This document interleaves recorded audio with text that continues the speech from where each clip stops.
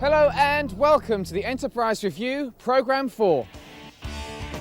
In this programme, we'll be looking at everyday life in the UK. What is it that makes the country tick? What do people do for jobs and holidays? Where do they go for entertainment? What do they eat? How do they celebrate? Plus an adventure story from Britain's history book. Want to find out more? Well, stick with me, Jake Martin, for my own special tour through life in the UK. Module 1. People and Places. First, let's look at some of the jobs people do. People and jobs. Hi, I'm Jenny and I'm a business manager. I have to be efficient and careful to do my job quickly and accurately.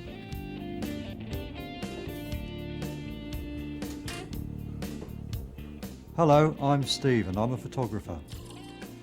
I have to be patient and creative to take my photographs efficiently.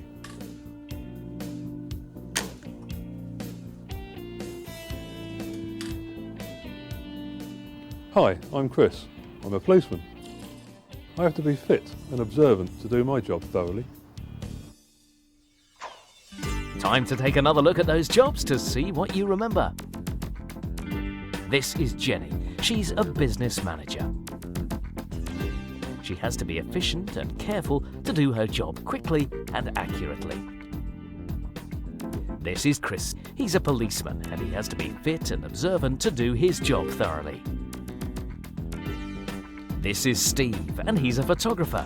He has to be patient and creative to take his photographs efficiently. So there's a handful of different jobs.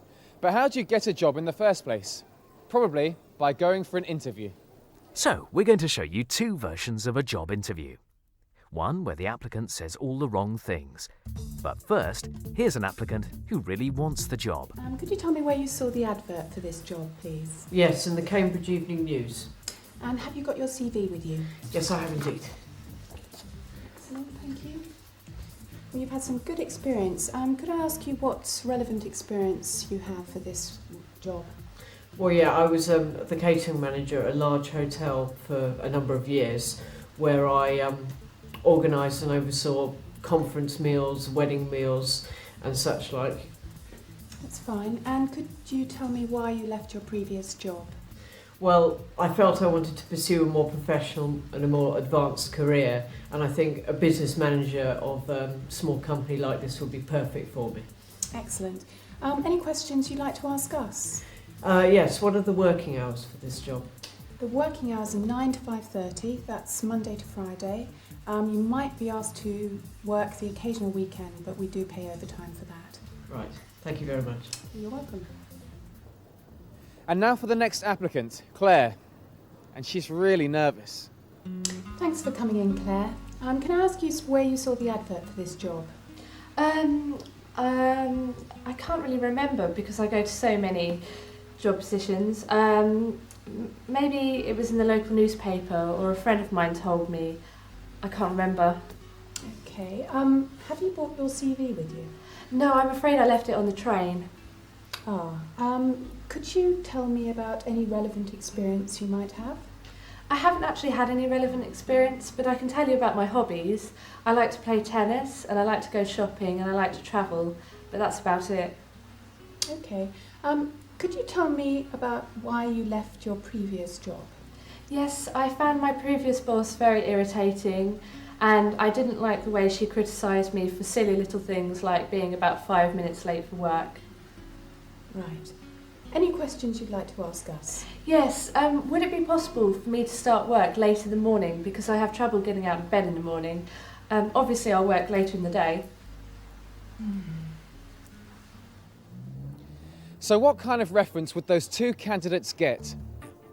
Let's find out as the personnel manager checks out the references. First, the guy who really wants the job. Who's applied for a job with us? Oh yes. What would you say his strengths were?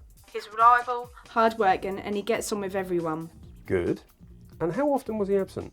He worked for us for a year and I think he only had 3 days off in all that time. So you'd recommend him to us, would you? Absolutely. Could be a real help to your company. Thanks for your help. Not at all. If there's any other help I can give you, just call. Goodbye. And now, the applicant who got it all wrong. Hello, I'm calling about Claire Jenkins, who's applied for a job with us. Right, okay. What would you say her strengths were? Well, she's reliable, but very nervous. I think she's best working on her own rather than with other people. Does that help? Yes, of course. And how often was she absent? Well, she didn't take many days off, but to be honest, the problem was getting her into the office first thing in the morning. I think she found it difficult, to get going. She was often late. So would you recommend her to us? Yes, if you're a patient, mind. I can say she's very loyal and hardworking. Thanks for your help. That's all right. Would you like me to send across a written reference for you? Yes, that would be great. Okay, thank you. Bye. Whatever kind of job you get in the UK, the chances are that you'll be working with other people. So communication skills are really important. And of course, being ready to help people when it's needed. Can I help you? Yes, I'm looking for a friend of mine. We're meeting here for lunch. What does she look like? She's got fair hair, early 20s. Her name's Sue Temple. She's probably wearing a green jacket. Okay, I'll have a quick look in the dining room, and if she's not there, I'll go to reception and ask them to put a message out over the intercom. Excellent. Thanks very much. That's okay, don't worry, we'll find her if she's here. It's good to be helpful, but sometimes even your friends can be a bit too helpful. Zoe is trying to get away on holiday, but her friend James just won't let her get on with the packing and getting ready. Now then, you mustn't forget your passport. No, James, it's here. Good, right. And don't try to pack too many things in your suitcase. I know that, James. You must fold your clothes. Just fold them. They'll fit easier if you do. Oh, and when you get to the airport, you should try and get some bottles of water, the small ones. You should always drink lots of water on a long flight. I've already thought of that. That's why I'm taking a small bottle of water with me. Is there anything else? Well, yes, actually. When you get there, if it's hot and you're in the sun, you must wear lots of suntan cream to stop you from burning. You know what, James? You sound more and more like my grandfather every day. James was just trying to say the right things, but I think he probably gave a bit too much advice. What was it he said to Zoe? Zoe mustn't forget her passport. And she shouldn't try to pack too many things into the suitcase. She must fold her clothes because they'll fit better if she does. Zoe must drink lots of water on her flight. And when she gets to her holiday destination, she must put on plenty of suntan cream to stop her from burning. Places to visit. Britain is a great country with lots of things to see and do. But where should you go if you want a weekend break?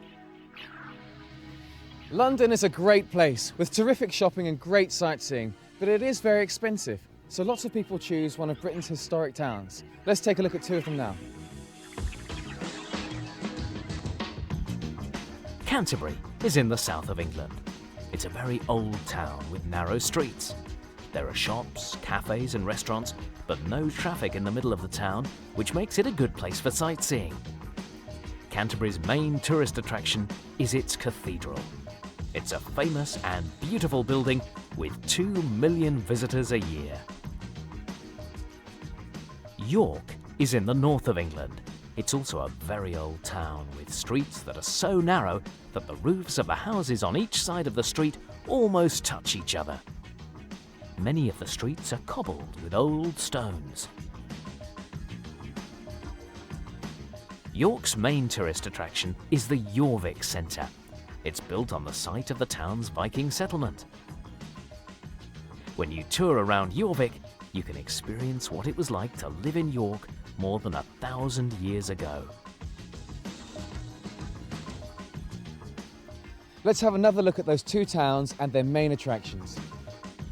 Canterbury is in the south of England. It's a very old town with narrow streets. There's no traffic in the middle of the town. Canterbury's main tourist attraction is its cathedral. York is in the north of England. Many of the streets are cobbled with old stones. York's main tourist attraction is the Jorvik Centre. My personal favourite is Canterbury because I love the atmosphere in the town.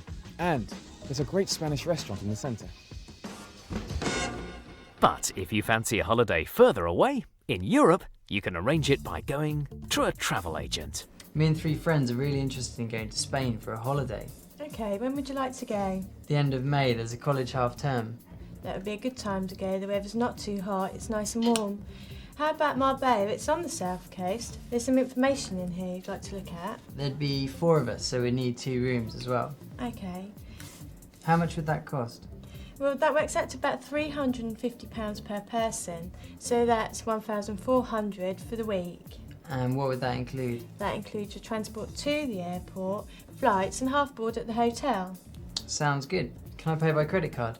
Yes, you could. Would you like me to write some information down for you so you can take it away and think about it? Yeah, thanks. Okay.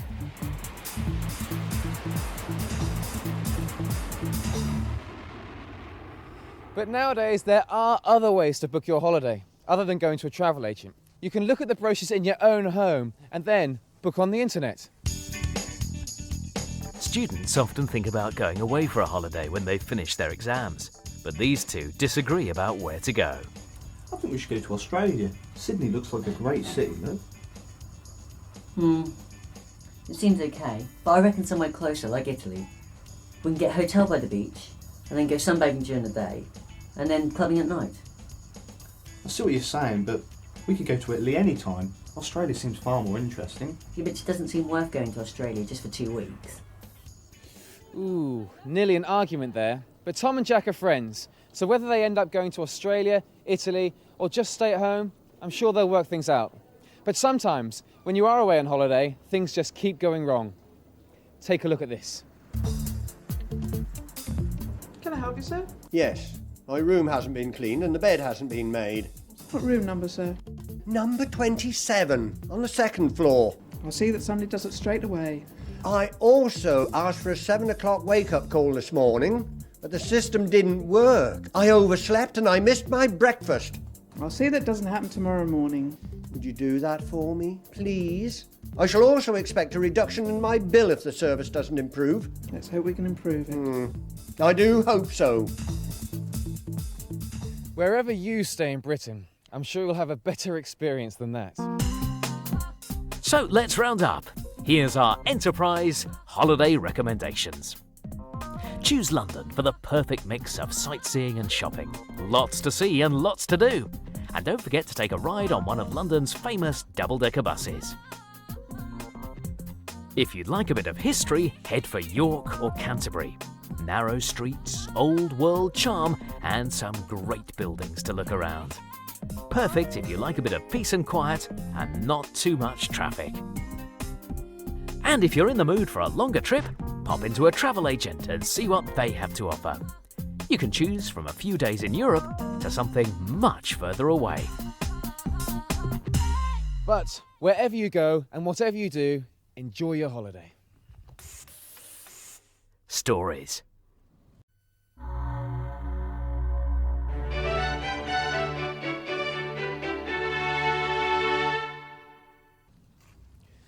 Lots of people visit Britain to see its historical sites, and there are many true adventure stories linked to these old buildings. This is Boscobel House in the Midlands, secret hiding place of King Charles II before he became king. In 1651, Charles was on the run to avoid capture after being defeated at the Battle of Worcester. One wrong move and Charles would have been caught and killed. Here's what happened. Night was approaching when Charles arrived at a house belonging to his friends and allies. He was desperate and exhausted. A servant, William Penderell, answered the door. "Please, hide me from the soldiers, Mr. Servant," pleaded Charles. "We can't hide you here," said Penderell. "It's too dangerous. I can take you to another house where my mother lives, but it's a long walk and we must disguise you."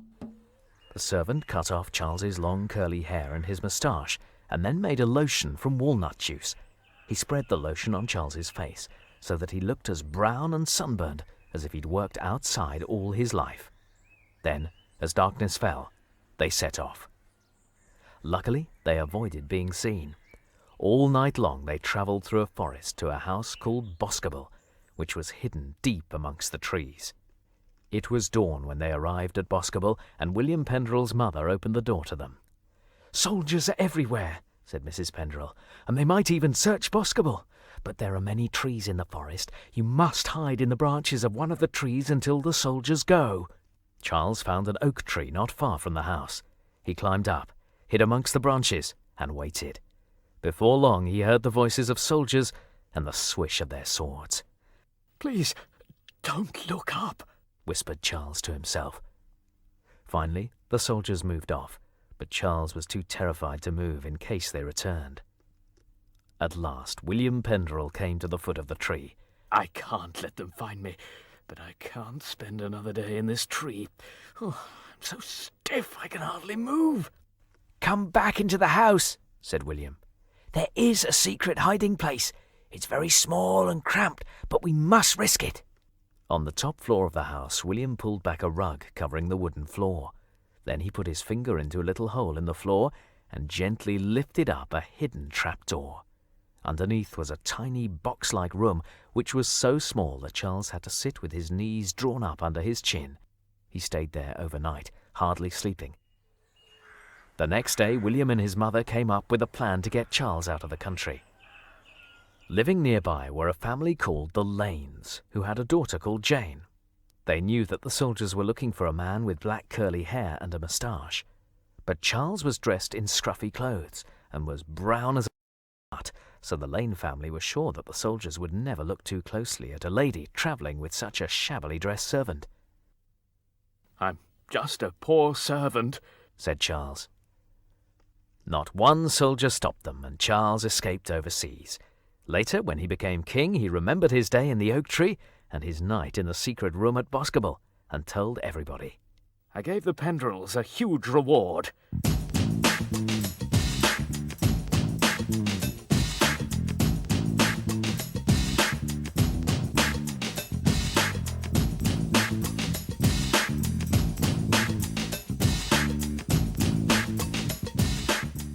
In fact, you can still see the secret hiding place under the floor at Boscobel, and the oak tree which concealed Charles is still in the grounds at Boscobel, nearly 500 years after Charles hid in its branches. But let's take another look at the two places Charles hid when he was escaping from the soldiers who were after him. The house where he hid was called Boscobel, and it's in the Midlands. For a whole day, Charles hid amongst the branches of an oak tree. At night, Charles hid in a tiny box-shaped room underneath the floor of Boscobel House. You can still see the secret hiding place inside Boscobel House where Charles hid, and the oak tree outside in the grounds of Boscobel House. End of Module 1. Module 2. Pleasant and nasty experiences. Britain doesn't have extremes of climate. The summer is not too hot and the winter is never too cold. As a result, few natural disasters happen in the UK. Disasters and accidents. The most likely natural disaster is flooding.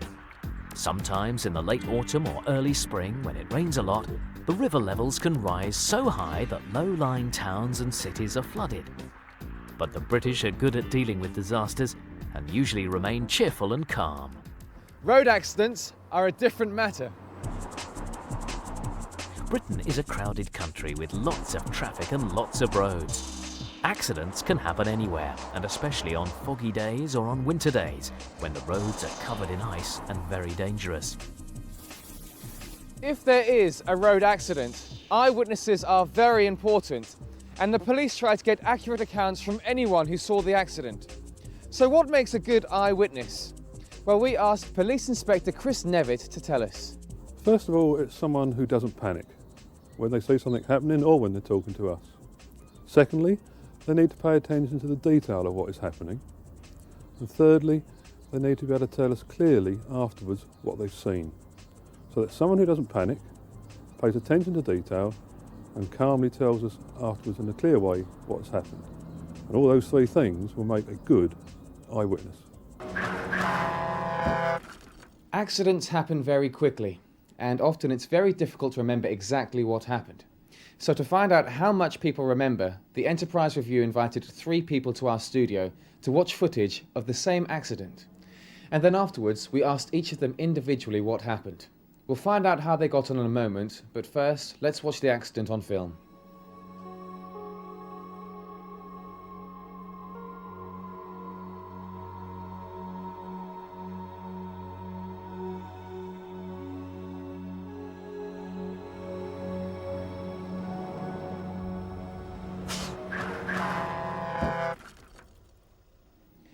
Okay, first Zoe's turn. What does she remember seeing? Well, the old man was on the bike, swerving quite, along on the road, and he was followed by a red lorry, which I feel was far too close, possibly putting him under pressure. And on the other side of the road, a white car came along, and there was no room for the two cars to pass. And I feel that it was the lorry's fault again, putting pressure on the man, and the man was hit by the white car. Next, Jack. What does he remember seeing? Well, what I saw, the gentleman on the bike was wobbling about a bit in the road and the lorry was unable to overtake him. A few moments later, the white car came in the opposite direction. The man on the bike went to turn right without signalling and got hit by the car. And finally, Tom. What does he remember seeing? Well, an elderly gentleman was cycling, closely followed by a red lorry. He swerved into the middle of the road just as a white Ford was coming in his direction, and he got knocked off his bicycle. Here's another look at the accident footage so you can decide for yourself what happened and which of the eyewitnesses was the most accurate.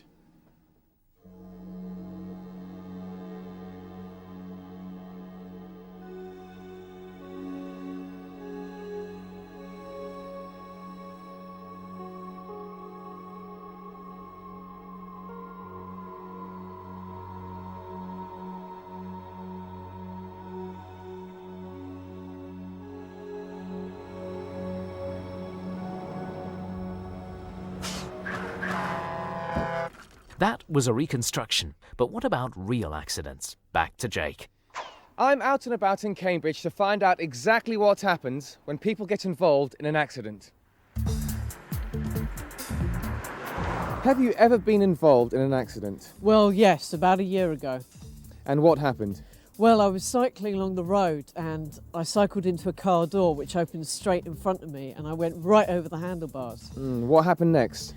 Well, I went to hospital and they did a few x-rays and they put my neck in a brace for a few days. And how did it all turn out in the end? Well, I had a bit of a stiff neck, but apart from that I was fine, luckily. Right, thanks very much. Have you ever been involved in an accident? Yeah, I was involved in an accident when I was about 9 on a skiing holiday. How did it happen? Well, I saw a jump in the distance and I was going far too fast and I hit it all wrong and landed really badly. And what happened next? I broke my leg just below the knee.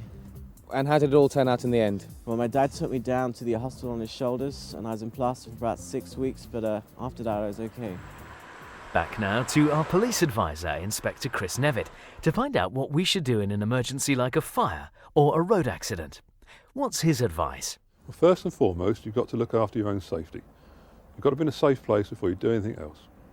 Then either use a mobile phone or get someone to go to a phone and contact the emergency services. When you've done that, you can then look to see if you can be of help to the people involved. But you've got to look after your own safety and get the emergency services on their way before you do anything else. Remember, accidents and disasters aren't as frequent as it might seem from this report. Most people go on from day to day without accidents or emergency. So when you've finished watching this programme, don't have nightmares about what might happen to you. Festivals and celebrations.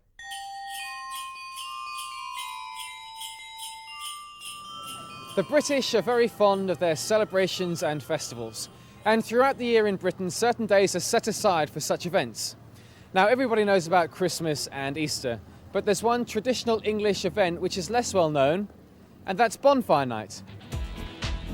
Bonfire Night takes place on November the 5th each year. Early in the evening, once it's really dark, most communities have their own bonfire party. Once the fire is alight, it's time for fireworks.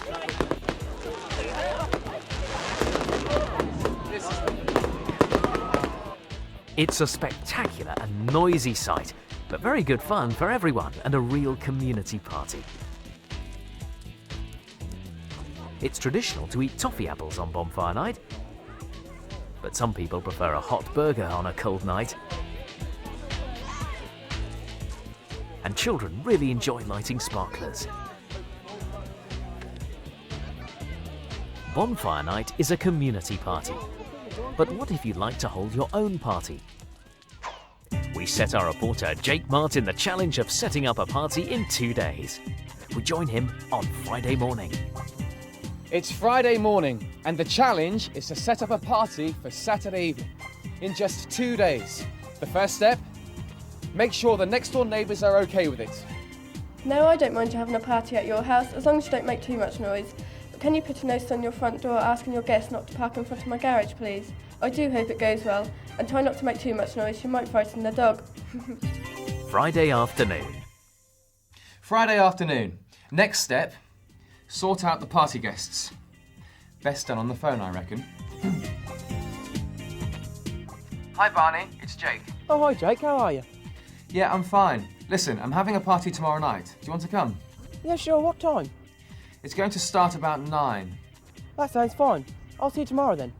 Great. I'll see you then. All right then, bye. Hello there, Matt. It's Jake here. Hello Jake, how are you? Yeah, I'm really good. Listen, I'm having a party tomorrow night. Do you fancy coming along? Sure, but I can't get there until about 12. Is that okay? That's fine. Just get here whenever you can. Alright, cool. See you tomorrow then. See you tomorrow. Hi, is that Gail? Yes, this is Gail. Hi Gail, it's Jake here. How are you? Oh, hi Jake, I'm fine. Now, what are you up to tomorrow night? Oh, I don't know.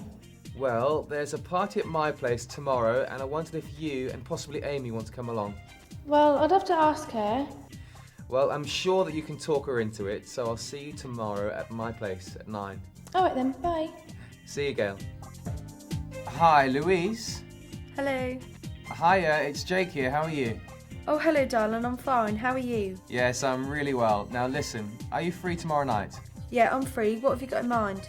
Good. Well, there's a party. It's at my place and it's around 9 o'clock. Oh, I'll definitely be there then. Okay. Well, I'll see you then. All right. Bye. Bye. Saturday morning. Saturday morning. Just a few hours to go before the party. And I've decided to hire someone to do the music. A travelling disco. That should do the trick. Hello, is that King Dex, the DJ? It is, yeah. Right. I'm having a party, and I just wondered if you'd be able to organise the music for me. You're in luck, because I'm normally booked up on Saturdays, but I've had a cancellation this week, so I can DJ at your party. Great. How long can you play for? How about 3 one-hour sessions? First one starting at 9, another one at 10:30, and then the last one at midnight. That's perfect. What kind of music do you want? I guess a kind of a party mix. How much do you charge? £75 for the evening, okay? That's fine. I'm at number 34 Newton Road. Right, that's just off Long Road, isn't it? That's the one. Okay, see you there. Okay. Bye. Saturday afternoon. Saturday afternoon. Time for a bit of last minute shopping.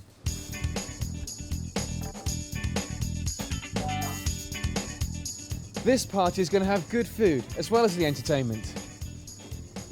I'm planning to make a big hot dish with chicken and rice with salad so people can tuck in whenever they want.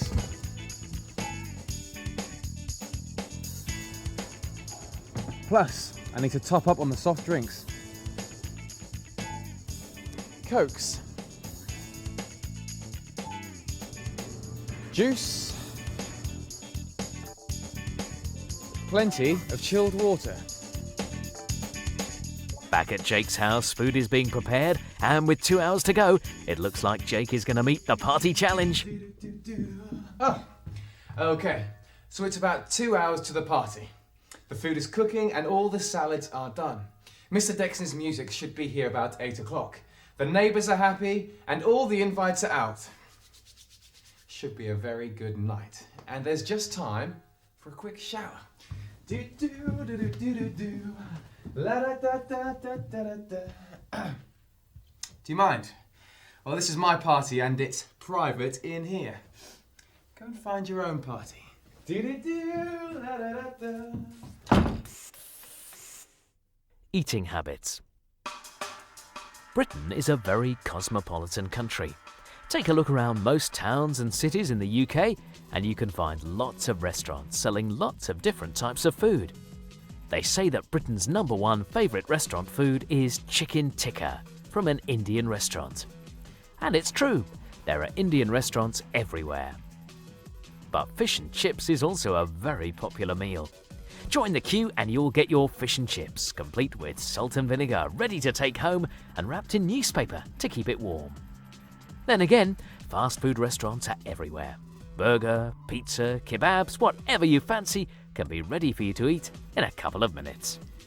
That still doesn't stop people from going to a restaurant for a proper sit-down meal. And here's how to order. Hello. Are you ready to order? Yes, we are. What would you like for starters? I would like the seafood salad, please. And I'll have the goat cheese salad with tomato. With tomato. What would you like for your main? I would like the mushroom omelette and fries, please. That's okay. And fish pie with vegetables for me, please. Okay. Would you like any desserts? Can we choose that later? Yeah, no problem. Would you like a drink with your meal? A bottle of sparkling mineral water, please. Okay. Thank you. If you've been out for a meal at a restaurant, you might be asked your opinion about the food you've eaten. So come on then, what was it like? What?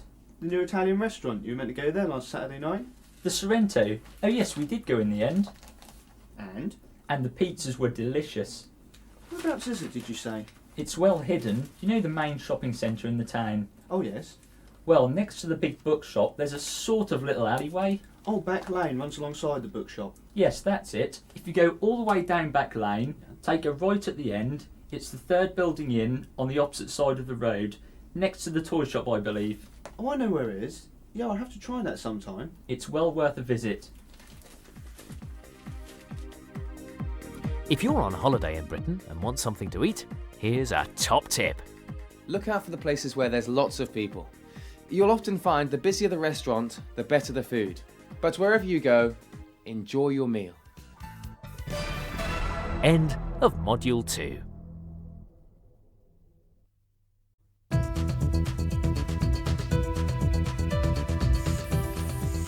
Crime. Britain is a peaceful place, and most of the time, wherever you are, crime isn't really a problem. But behind the scenes, there are some crime stories to be told. And one of the fastest growing crimes is stealing antiques. It's big business for the criminals. Find an old house or shop full of antique furniture, steal the antiques, and sell them on to another shop or antique collector. Well, we'd been shopping and we arrived and left the car down at the barn, and I immediately saw there were tracks, and I was cross because there were tracks in the grass and meant that, you know, you pushed the mower into it. So I came dashing up here to see what it was, opened the door, and immediately saw that on that little cabinet round there, the things that were on there were missing. Came into the dining room here because the door was open. Everything was tipped up, the salt was on the floor, this was empty, and those shelves that were my pride and joy were totally empty, everything had gone. My husband still doesn't like to go out and leave me here on my own. I mean, I've come to terms with that, I'm not so worried about that now, but he gets very anxious. Well, it's made me very, For a long time, neighbours and friends wouldn't let me be here on my own, but I mean, you can't go on like that forever, can you? And I don't really mind now, except that there's this underlying feeling of apprehension. For the first week, we avoided both of us going out at the same time, but obviously we couldn't carry on doing that, so we adopted a procedure of when we both went out, we put the Land Rover, we've got an old Land Rover, we'd stand it on the bridge to block the last 150 yards or so of drive up to the house. So they couldn't bring a vehicle up at all, as there's only one way in and one way out. But it's a dreadful society we live in that you have to do that, isn't it? Have great steel posts at the entrance to your drive as if you're Fort Knox, and a new oak door that's huge and can't be crowbarred open. It is an awful feeling. And people have said, oh, you must have bars at your window. But you can't do that, can you? It'd be like living in a prison. Chances are that the people who steal antiques will get caught sooner or later. It's not exactly crime, but it's very easy to lose things wherever you are. And all over Britain, in railway stations and at airports, there are lost property centres, places which collect up the things that people forget or leave behind. So how do you check to see if something you've lost has been handed in to a lost property office? Have a look at this. Good afternoon. Good afternoon, sir. How can I help? I left a rucksack on a train that came from Manchester at 5:30 yesterday. I was wondering if it'd been found. Could you tell me what the rucksack looked like? It was dark blue with black straps, and there was a red badge on the front as well. I'm sorry, we haven't found one, but if you'd like me to take Right. your name and number. Okay. It's Robert Elliott, 48 Winchester Close, Ford Bridge. And your telephone number? 01598 644 153. Lovely. If we find it, we'll contact you. Okay, thanks a lot. Thank you. But misunderstandings about property can sometimes arise. Here's what happened when Jake Martin came back from a shopping trip and tried to get into the wrong car. Excuse me, what do you think you're doing? Sorry? What exactly are you doing? What's it got to do with you? This is my car. Look, this is my car and it's parked exactly where I left it. I don't think so. What's the registration number of your car? R484ADX. Well, mine is E678SKK, which is this car. I must have made a mistake. Look, I'm very sorry. No, it's fine. I just thought you were trying to steal my car. How embarrassing. I must have made a mistake. I'm so sorry. It's the same make and model and colour. It's fine, really. Sorry. Very embarrassing for Jake, particularly since he was trying to get into another TV reporter's car. Sports and hobbies. Collecting things is an important hobby in Britain, and collecting is something that you can start when you're still young. My name's James and I collect stamps, and here are some of the stamps I have collected, which are from Canada. I collect empty ink cartridges. I get them from my school fountain pen, and my friends who use them as well, they give them to me afterwards. That costs £1 for a whole pack. We've got exactly 368 horses. My favourite one is Polly. We collect from different mates. Just an individual one can cost up to about £3 to £4. I'll carry on collecting them, and then perhaps I can get lots of different shapes and sizes. Maybe make something out of them or something. I think I'll go on collecting them until I'm a teenager. Stamps to toy horses, but whatever you collect, it makes a great hobby. But some people prefer a more active hobby. And all over Britain there are plenty of sports clubs. Join a sports club and you can pretty well choose what you want to do. This one has a swimming pool, so you can get fit and enjoy yourself almost every day of the year.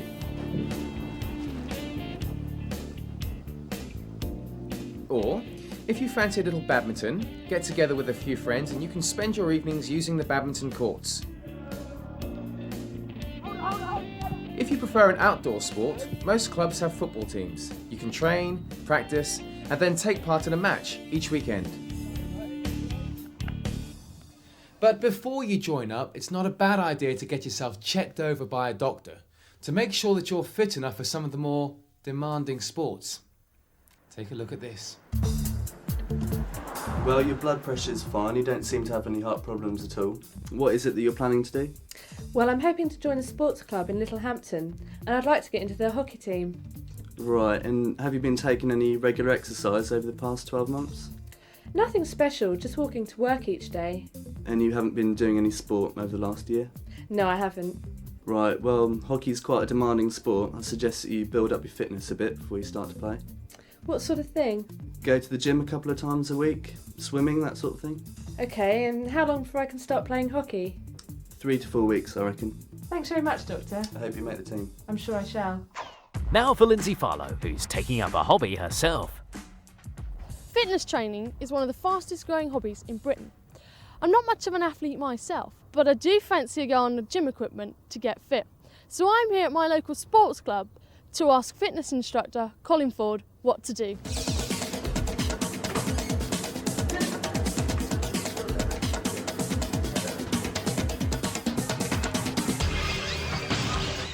What's this machine called? This piece of equipment is called a treadmill. How does the treadmill work then? There's a motor inside that will cause you to run or walk without actually going on a journey. And how is the treadmill good for your fitness?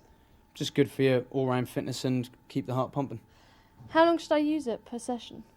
I'd recommend about 20 minutes. 20 minutes?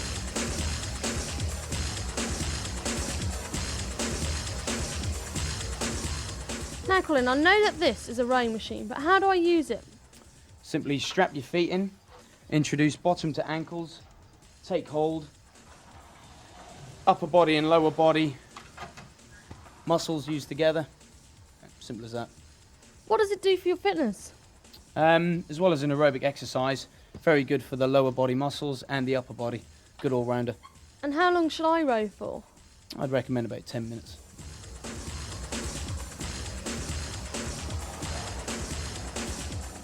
Colin, I'm a bit scared of this machine because of all the weights. Can you show me how to use it, please? Yeah. It's not as bad as it looks. Grab the bar, sit yourself down, pull the bar to the back of the head. And how's it good for your fitness? This will work your biceps and your back. Lovely, thank you.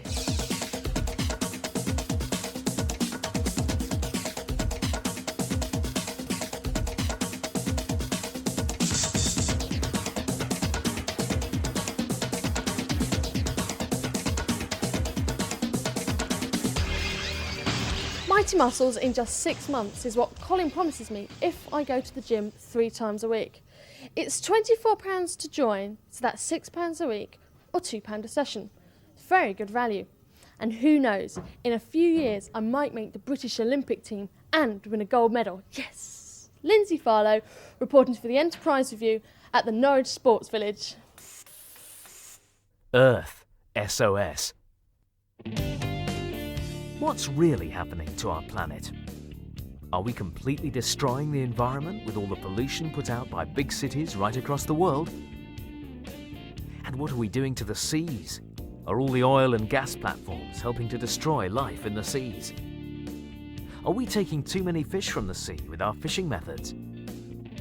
All over the world, climates seem to be changing. So what's the impact on people's lives?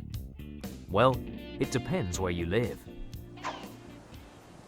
In Britain, the greatest danger is from rising sea levels. Much of the coast around Britain is low-lying. As the climate becomes warmer, coastlines will flood more often and eventually remain underwater forever. It's already happened in some areas. Our reporter Lindsay Farlow explains. This is the village of Dunwich in southeast England. The rest of the village over there has been eaten up by the sea. I'll show you.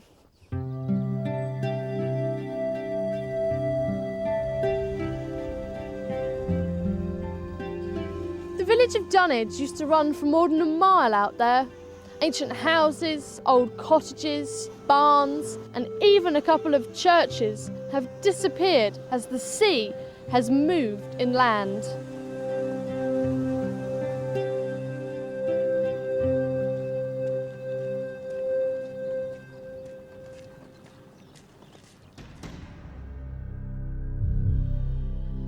Local people say that on very dark nights you can even hear the sound of church bells being rung by a ghost from under the sea. Lindsay Farlow reporting for the Enterprise Review. Well, I don't believe in ghosts. I prefer a few four-legged friends to cheer me up. Now, lots of people in Britain keep pets, and one of the most popular small pets is the rabbit. We asked a pet shop owner to tell us all about them. Rabbits are small mammals. Rabbits should be kept in hutches outside with plenty of straw and hay. Blankets may be needed when it's cold to place over the hutch. Occasionally they can be given fruit and vegetables such as lettuce or carrots. End of Module 3.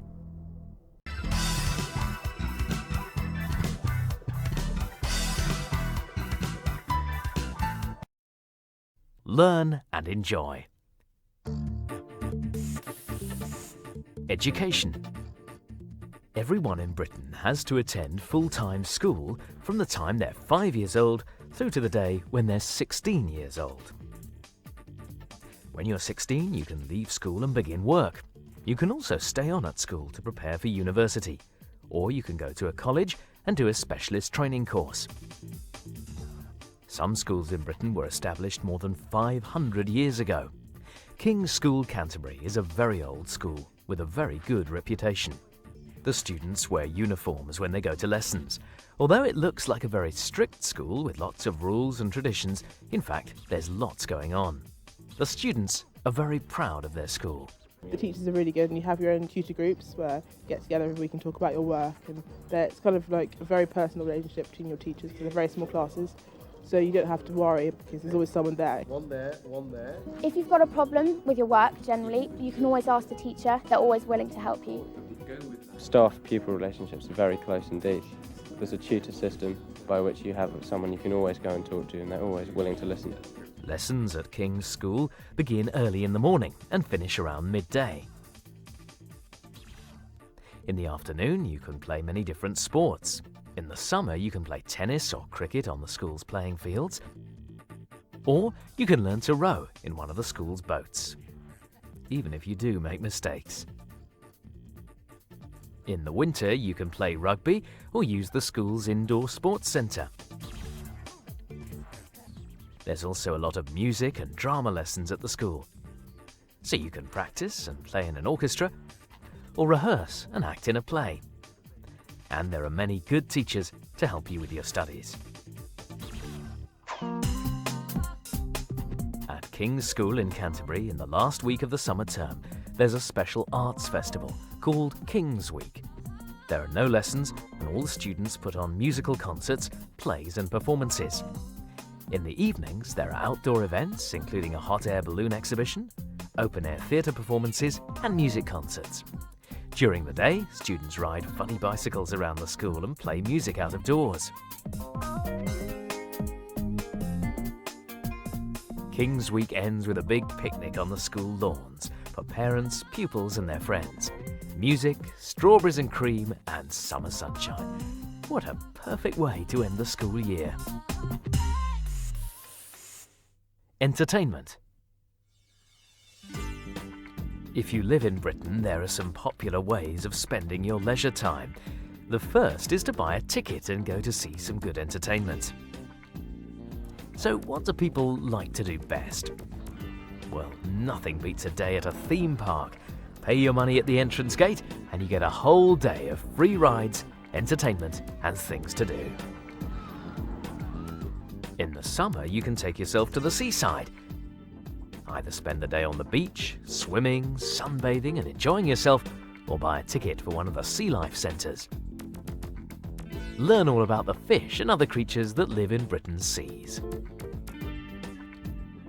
In the winter, football is the big attraction. Games are played every Saturday afternoon, and hundreds of thousands of people go to watch their favourite football club in action. So, how do you choose what to do? Like this. So, do you fancy going out this weekend? What you got in mind? Well, I'm not in the mood for a busy time. I've had too much going on at work this week. Why don't we go to Blue Water? What, the shopping centre? Yeah, it's all under one roof. There are loads of cafes, loads of shops and a big screen cinema. So, we could stay all day and then watch a film in the evening? Absolutely, that was what I was thinking.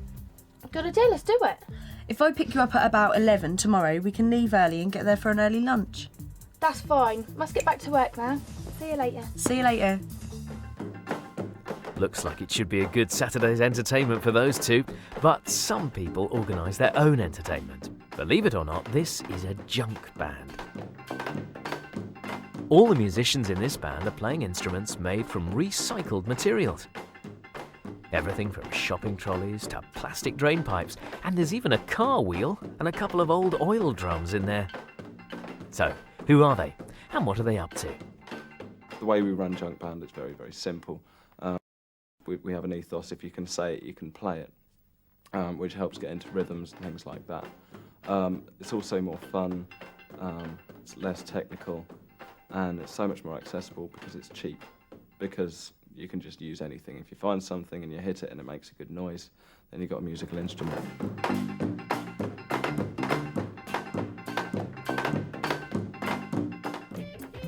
And this is Steve. He's been rehearsing to be in an entertainment at his local theatre. The show's underway and all the hard work at rehearsals has been worthwhile. So, why does he do it? I used to be shy, withdrawn, didn't want to show myself off at all, and now sort of bitten by the bug, I found that I could get up on stage and talk to people a lot more. So it even goes to the extent that you go meeting people at parties, you have the self-confidence to get up and do it.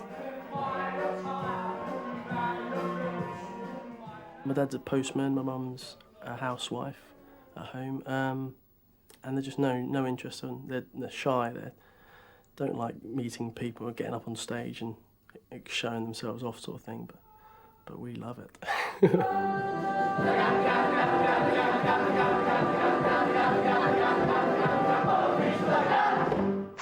Those are some different ways of making your own entertainment. But if you're in the mood to stay at home, you can always rent a video to watch on your own television. Here's how to do it. What about this one?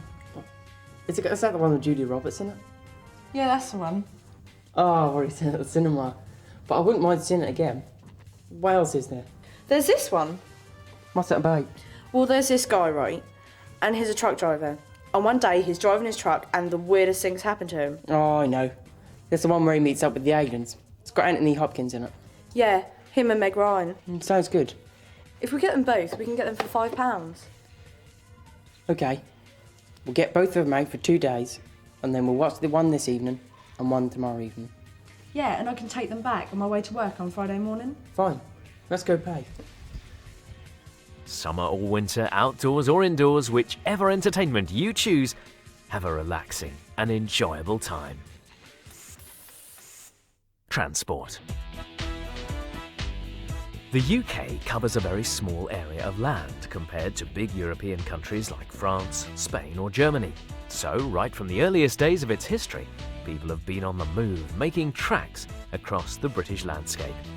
You can get a pretty good idea of how people in Britain travel these days by looking at what's whizzing up and down our roads and railways. But how can you find out where people used to go in the past? With one of these. It's a map.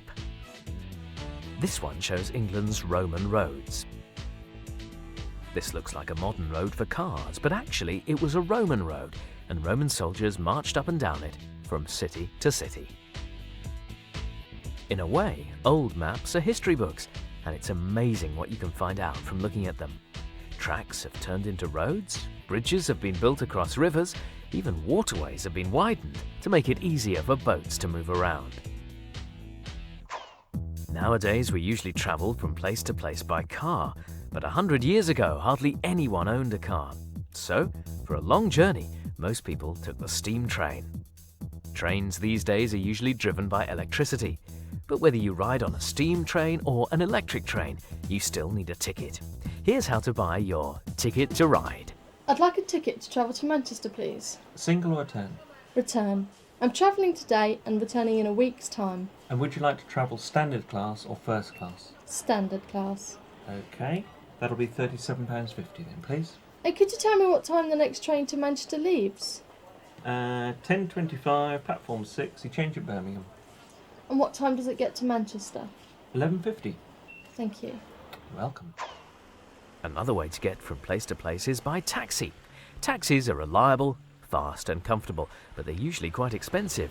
So most people use them from time to time, rather than every day. Here's how to order a taxi by phone. Blue Wing Taxis, can I help you? Yes, please.